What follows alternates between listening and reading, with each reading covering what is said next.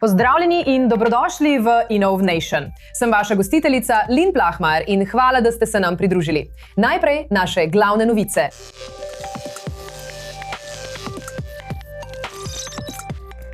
UI vstopa na ključna področja, kot sta zdravstvo in obramba. Toda, ko so vložki vse večji, Gene AI postavlja varovalke, da bi bila umetna inteligenca varna. Naša Nataša Kirčik je obiskala to prelomno podjetje. iFlow stolp se podira, vdorna jama požira veliko piramido v Gizi. Leta smo se zanašali na Google Earth, da nam pokaže svet takšen, kot v resnici je. Toda ta doba se morda bliža koncu. O tem imamo prispevek. Zasnovan za vstop v območja nesreč, ki so preveč nevarne za ljudi, je ta ogromen kentaver robot narejen za pomoč reševalcem. Toda vgrajeno stikalo za izklop in nastavek z motorno žago sta poskrbela, da ga ni bilo mogoče prezreti.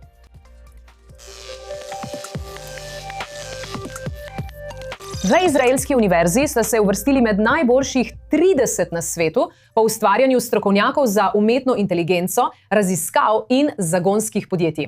Zdaj, ko se svetovna tekma na področju umetne inteligence zaostruje, Izrael se sooča z večjim izzivom, kako te talente pretvoriti v naslednjo generacijo prebojnih podjetij. Za več informacij se mi zdaj pridružuje vodilna partnerka pri Hudson Ventures in avtorica knjige 12 Moonshots for Israel, Juda Tao. Juda, najlepša hvala, da ste danes z mano.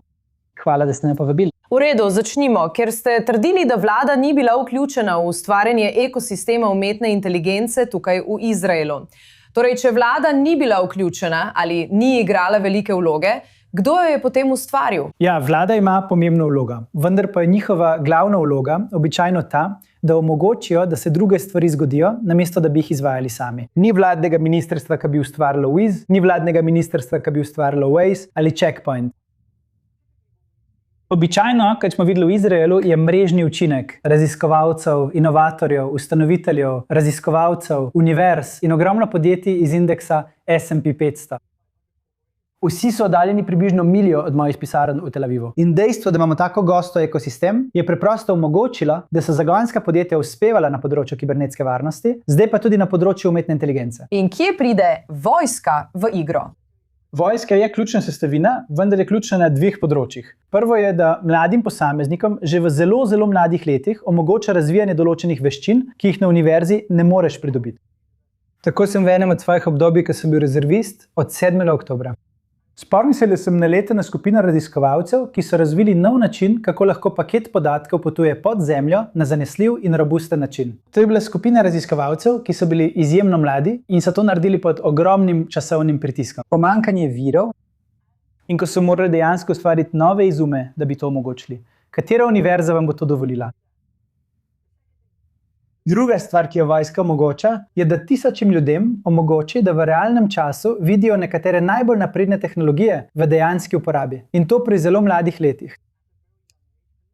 In jim na to omogoči, da odidejo in ustvarijo, kar menijo, da je najboljše za človeštvo. Ampak to so vse resnične življenjske izkušnje, o katerih govorite. Pravkar smo slišali, da sta dve izraelski univerzi uvrščeni med najboljših 30 univerz za umetno inteligenco na svetu. Ali mislite, da bodo univerze v prihodnosti postale odveč? Pravzaprav imam brata, ki je pravkar končal univerzo in čez vikend sva končala vojsko, ter sta se pogovarjala o vrednosti univerze. Mislim, da je to res odvisno od tega, kako se univerze odločijo ukrepati. En primer je tukaj v Izraelu in o tem sem veliko pisal. Mislim, da bi lahko univerzo dosegle veliko več. Vem, da so ti podatki impresivni za majhno državo, da sta dve med najboljših 30. Ampak, ko pomislimo, koliko univerzitetnih inovacij je dejansko prišlo do podjetij, je bilo v zadnjih 2 ali 30 letih iz Izraela zelo malo takih, ki so pomagale zdraviti bolezni. In s tem, kar imamo danes v rokah, med 10 univerzami v Izraelu, bi lahko naredili veliko več. Torej, bolj kot si univerze dovolijo, da se odprejo in prilagodijo tej novi dobi, da dovolijo, da intelektualna lastnina preide iz njihovih zidov v širša skupnost, toliko bolje. Mislim, da si bodo študenti prihodnosti želeli priti na univerzitetne kampuse prav zaradi tega. Tako da gre za kombinacijo dejavnikov, ki to deželo res naredijo za deželo startupov in jo naredijo tako izjemno. Juda Tao, vodilni partner pri Hudson Ventures in avtor knjige 12 Moonshots for Israel, hvala za vaš čas danes. Hvala. Kdo pa nadzoruje umetno inteligenco, ki sprejema odločitve o vašem zdravju, vašem denarju, vaši varnosti? Trenutno skoraj nihče. Eno podjetje iz Tel Aviva pa pravi, da je postavilo varovalke. Največje svetovne organizacije manjkajo. Voditeljica in novinarka Nataša Kircuk nas popelje v ozadje.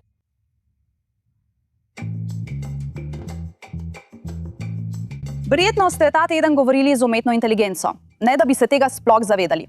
Morda, ko ste poklicali svojo zdravstveno zavarovalnico ali banko ali preverjali izid testa. Zdaj si predstavljajte, da se to dogaja v vsaki bolnišnici, banki in obrambni organizaciji na svetu.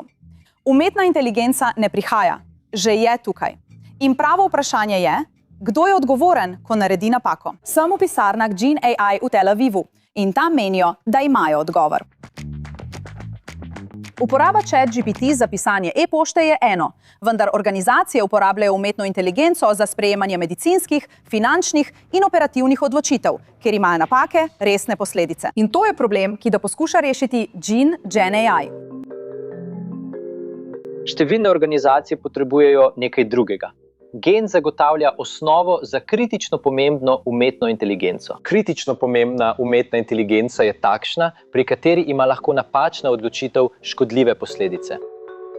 Gen ne gradi umetne inteligence, postavlja varovala okoli nje in zagotavlja, da je umetna inteligenca natančna, odgovorna in dovolj varna za ključne odločitve. Če preskočimo 12 mesecev v prihodnost, imeli bomo na tisoče potencialnih rešitev in agentov umetne inteligence v uporabi. 10.000, 20.000, morda 50.000 zaposlenih bo vsakodnevno uporabljalo umetno inteligenco. Imajo otoke umetne inteligence, ki delujejo neodvisno in nekontrolirano. Koliko to stane? Kdo je odgovoren, če gre kaj narobe? Če nimate temeljne platforme za umetno inteligenco na ravni podjetja v velikem obsegu, se ti majčni pripomočki pokvarijo. In to se že dogaja znotraj organizacij, za katere bi večina ljudi predvidevala, da imajo stvari pod nadzorom. Zaposleni uporabljajo orodja z umetno inteligenco, včasih celo več 10 različnih, brez kakršnegakoli nadzora. Občutljivi podatki, zdravstveni kartoni, finančne informacije, vse to se vnaša v sisteme, ki jih nihče na vrhu ni odobril ali sploh ve zanje. Večina posameznikov nima pojma, kako izpostavljeni so, tako osebno kot poklicno. Podjetja razumejo tveganja, vendar hitrost sprejemanja tehnologije presega njihovo sposobnost, da jo ustrezno omejijo. In niso to samo tehnološka podjetja. To so vaš zdravstveni izvajalec, vaša banka in organizacije, ki jim zaupate svoje najbolj občutljive podatke. Kako to dejansko izgleda? Vzemimo izraelsko zdravstveno zavarovalnico Maccabi z 2,6 milijona članov. Vsak dan obravnava na tisoče zahtevkov pacientov.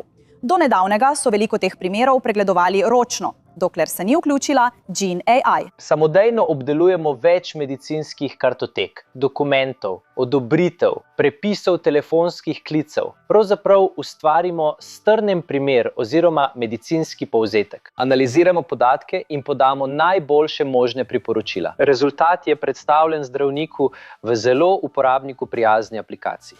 Predstavljajte si, da povprečni čas obravnave zmanjšate iz 30 minut na 3 minute. UI pospeši postopek, vendar končno odločitev še vedno sprejme človek.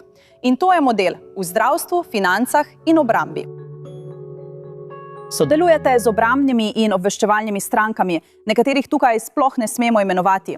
Kaj počne Gen v tem svetu? Predstavljajte si, da se odvija izredni dogodek. Tisoče senzorjev pošilja svoje podatke, video prenosi, poročila ljudi, telefonski klici, zemljevidi, dokumenti, slajke. Gen poveže vse skupaj, analizira ogromne količine podatkov in informacij. Sposoben je prepoznati nastajajoče vzorce veliko prej, kot jih lahko opazijo ljudje. V obrambi izziv ni le natančnost. Gre tudi za varnost. Vsaka poizvedba umetne inteligence, poslana izven organizacije, pomeni podatke, ki zapuščajo stavbo. Pri vojaškem in obveščevalnem delu je to resno tveganje. In zato Genovi najbolj občutljivi sistemi delujejo popolnoma znotraj lastnega omrežja naročnika. Brez interneta, brez zunanjih strežnikov nič ne sme zapustiti stavbe.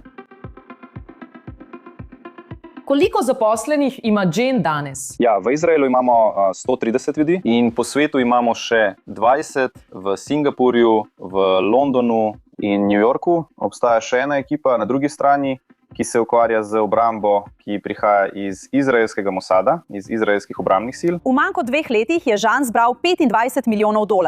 podpisal pogodbe v vrednosti več 10 milijonov in se razširil izven Izraela. Njihovo tehnologijo že uporabljajo nekatere največje ključne organizacije v državi. Zdaj pa ta model širijo po vsem svetu. Verjamemo, da bo umetna inteligenca za kritične naloge postala samostojna kategorija, podobno kot kibernetska varnost. Predstavljajte si umetno inteligenco, ki deluje dneve popolnoma avtonomno. Morajo imeti te varovalke in to infrastrukturo, da je vse varno, zaščiteno in zanesljivo. Zelo razburljivo je videti, kam bo to podjetje šlo. Zdaj si približno 90% starejših v ZDA želi preživeti starost v udobju lastnega doma. To naslednje podjetje pomaga to omogočiti z uporabo umetne inteligence za podporo posameznikom, da lahko živijo samostojno, hkrati pa olajšuje vse večje pomanjkanje oskrbovalcev. Morda bi mislili, da to pomeni kamere, ki spremljajo vsak gib, kar bi povzročilo velike skrbi glede zasebnosti. A Sensai AI je našel drug način, in sicer prek zvoka. Za več informacij sta se mi zdaj pridružila Adi Marinovski, direktorica izdelka, in Dekal Ebelis, direktor podatkovne znanosti pri Sensai AI. Hvala obema, da sta danes z mano. Začeli bomo z našo kratko predstavitvijo danes. Besedo predajam tebi, Adi, direktorici izdelka. Ko si pripravljena, imaš 60 sekund. O čem je Sensai AI? V redu. Cilj Sensa je pomagati starejšim, da čim dlje dostojanstveno ostanejo v svojih domovih. Problem je, da je današnja oskrba na domu popolnoma reaktivna. Družine so zaskrbljene, negovalci preobremenjeni, agencije pa delujejo na slepo. Nihče v resnici ne razume in ne ve, kaj se dogaja med posameznimi obiski in celo med samimi obiski. S pomočjo umetne inteligence, ki temelji na zvoku, Sensi prepoznava zvoke in besede povezane z oskrbo in zdravjem, ki bi lahko nakazovali na nekaj, kar potrebuje pozornost. Ko se nekaj spremeni, recimo tveganje za padec, zgodnji kognitivni upad ali celo znaki okužbe sečil, to zaznamo, še preden postane kriza. In vse to brez kakršnih koli zahtev do starejših. Ničesar ni treba nositi, ničesar pritisniti, ničesar, s čimer bi morali upravljati. Sensi se tu ne ustavi. Agencijo obravnavamo celostno, saj je najboljši način, da starejšim zagotovimo oskrbo, ki si jo zaslužijo, ta, da pomagamo vsem, ki to oskrbo izvajajo, da se osredotočijo na tisto, kar je najpomembnejše. To pomeni vpoglede v oskrbo za oskrbovalno ekipo in zmanjševanje ovir v operativnih postopkih in postopkih rasti, ki ohranjajo delovanje agencije. No, Dekol, potem je moje vprašanje zate. Kako to narediš? Kajti vzdih pri enem starejšem lahko pomeni nekaj povsem drugega, kot vzdih pri drugem starejšem. Torej, spremljate podatke za vsakega starejšega posebej ali črpate spoznanja iz ene velike baze podatkov? Ja, v bistvu oboje. Pri vsakem starejšem spoznamo njegovo osebno izhodišče. Kako zveni normalen dan za to določeno osebo, njihove rutine, njihove ritme. In uporabimo to, kar smo se naučili iz velike populacije starejših in iz verjetno največje zbirke zvočnih posnetkov starejših na svetu. Tako vemo, kaj določeni zvoki in vzorci običajno pomenijo. In umetna inteligenca na to zazna več kot 100 različnih vrst zvočnih dogodkov povezanih z oskrbo. Nekateri temeljijo na fizičnih zvokih, kot je na primer kašelj ali zvok, ki ga nekdo naredi, ko pade. Drugi pa so pogovorne informacije, povezane z oskrbo, kot je interakcija z negovalcem, klic na pomoč, ali celo izrecna omemba bolečin ali drugih simptomov.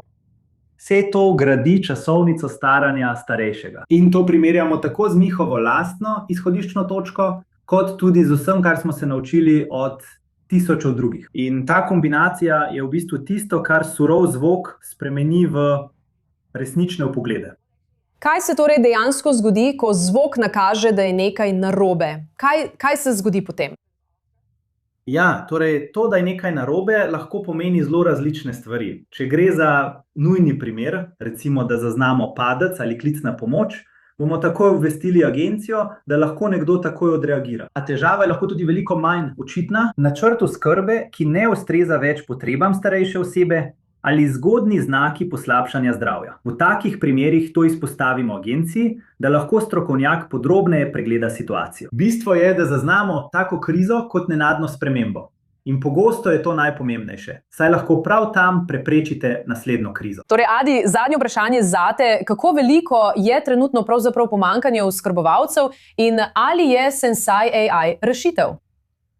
V redu, da, problem je ogromen. Po naših najnovejših raziskavah, domača oskrba ima več odprtih delovnih mest kot katerikoli drug poklic v ZDA. V vsakem trenutku več kot 60% agencij nima dovolj negovalcev, da bi zadovoljili povpraševanje. Torej, ali je Sensi rešitev? Naj povem drugače.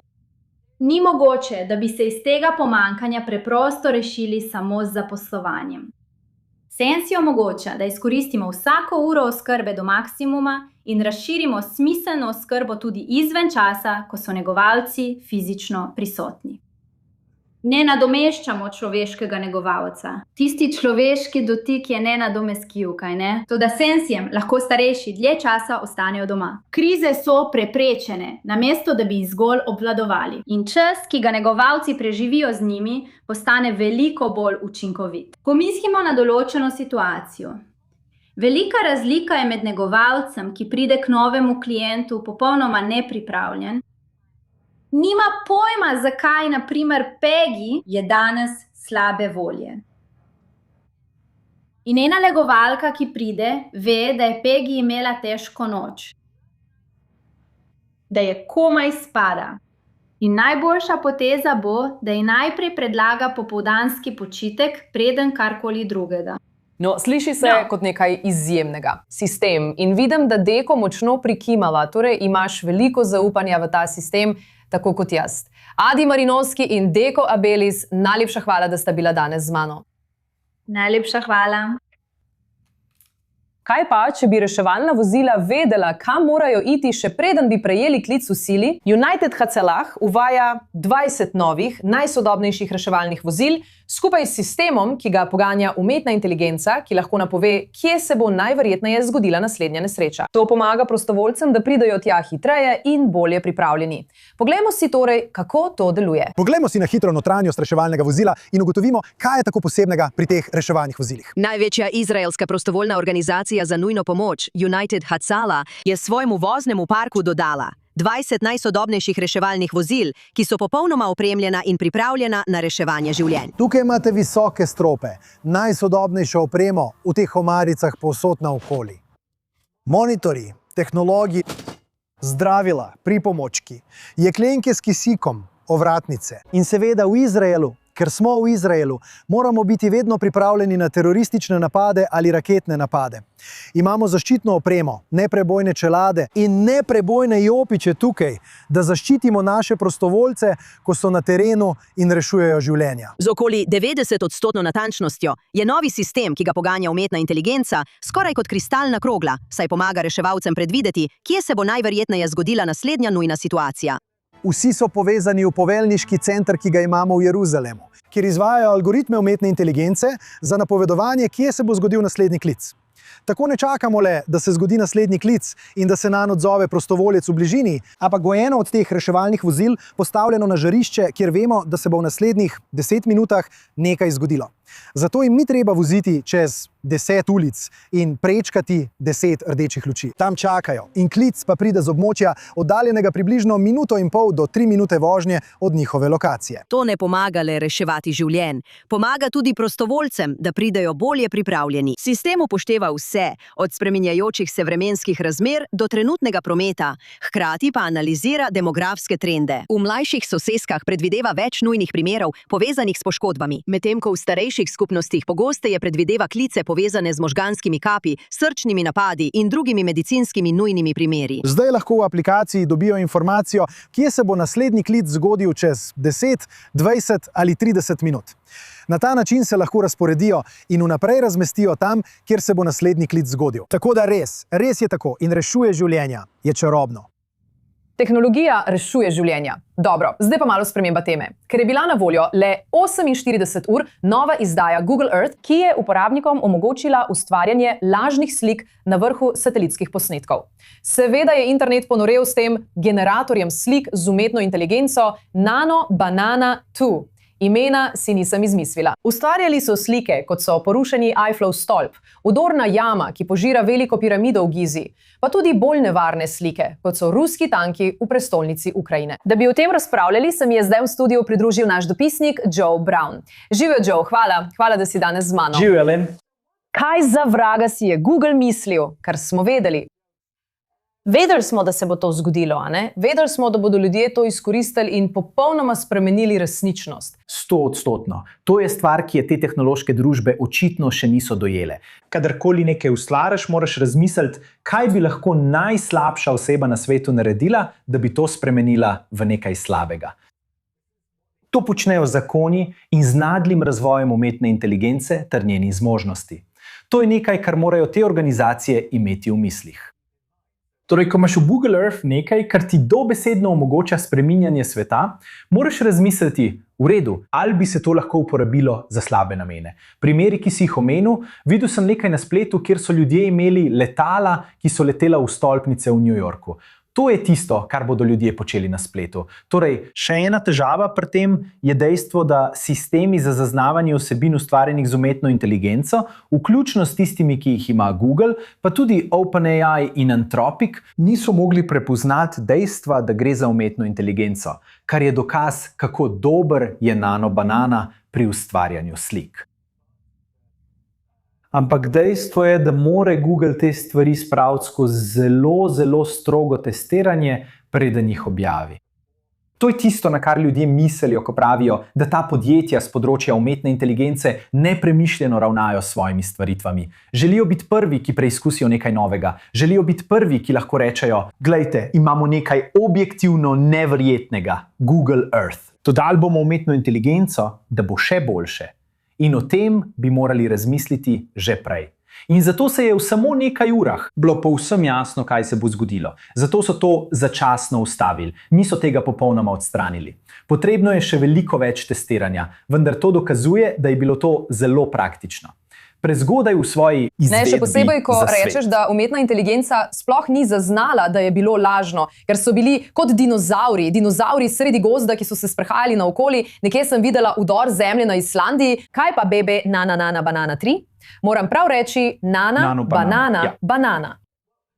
No, težava ni v nanobanani. To je Googleov generator slik z umetno inteligenco. Obstaja veliko takih stvari, kot je Grok, ki je seveda imel svoje težave, OpenAI, vsi glavni imajo te ustvarjalnike slik in ti se bodo še naprej razvijali. Prišla bo nanobanana 3. Ali bo to vključeno v Google Earth, je drugo vprašanje in to je nekaj, o čemer bodo morali odločiti, ko bodo lahko to v prihodnosti pravilno lansirali. No, poglejmo, kako se bo to razvilo in seveda vas bomo ponovno povabili, da o tem spregovorite. Joe Brown, dopisnica i24 News, hvala za vaš čas. Umakni se, Terminator, ker je v mestu nov šerif. 6 čevljev visok reševalni robot z motorno žago, seveda, polni naslovnice, ne le zaradi svojega videza, ampak tudi zaradi tega, kaj lahko stori, ko gre vse narobe. Poimenovan 3 polovice je ta robot, Sen Centaur, zasnovan tako, da gre tja, kamor prvi posredovalci ne morejo, naprimer v primeru gozdnih požarov, območij nesreč in strupenih industrijskih območij. Toda njegovi ustvarjalci so objavili tudi podrobna navodila o tem, kako v nujnih primerih onemogočiti ali celo uničiti robota s tako imenovanim vgrajenim izklopnim stikalom. Podjetje pravi, da je Sen Centaur, citiram, bolj nevaren, kot je videti, medtem pa je internet ponorel in razpravlja, ali naj se tega novega, robotskega, pošastnega stroja bojimo ali občudujemo. In pozabite na podrsovanje. Ustanovitelj Hingea stavi na to, da je prihodnost zmenkov umetna inteligenca, seveda. Justin McLeod je za svoje novo podjetje Overtone zbral $18 milijonov, ki obljublja skrbno izbrane predstavitve namesto neskončnih profilov, všečkov in ujemanj. Platforma uporablja umetno inteligenco, da uporabnike spozna preko njihovega lastnega glasu. Nato pa pojasni, zakaj meni, da sta 2 osebi dobra kombinacija. To je drugačen pristop, bolj podoben posredniku za zmenke, če želite. Saj se utrujenost od aplikacij za zmenke povečuje. Skoraj 8 od 10 uporabnikov pravi, da so izčrpani zaradi izkušnje, kjer je najprej treba podrsati. Morda še niste slišali za to, vendar obstaja dejanski indeks Big Mac, ki ga objavlja The Economist. Izrael je zdaj zasedel 2. mesto na svetu po najdražjem Big Macu, takoj za Švico. In to je velik skok glede na zadnjo lestvico iz januarja lani, ko je bil Izrael na 8. mestu. Za nenaden skok Izraela na drugo mesto na indeksu sta dva razloga. Močno zvišanje cene Big Maca v Izraelu in apreciacija šekla v primerjavi z ameriškim dolarjem. Priljubljeni burger zdaj stane 23 šeklov, kar je $7,40, kar pomeni ogromnih 15% podražitve v primerjavi z lanskim januarjem. Zdaj, indeks Big Mac je bil pred 40 leti zamišljen kot polhumoren poskus razlage blaginje države. Big Mac je bil izbran kot reprezentativen izdelek, ker se prodaja v številnih državah in je v vsaki podoben in je odvisen od dolgega seznama lokalnih dobrin, kot so meso, kruh in zelenjava. Hkrati pa vključuje tudi stroške, kot so plače zaposlenih, najemnine, elektrika, prevoz, oglaševanje in davki. Torej, za nas ni več Big Macov, dobro za našo denarnico in dobro za našo prehrano. In to je vse, za kar imamo danes čas. Vaša voditeljica sem Liv Blochmajer. Pridružite se nam naslednji teden v novi epizodi Inovacij. Za zdaj, hvala, ker ste gledali in lep dan, kjerkoli ste iz Tel Aviva.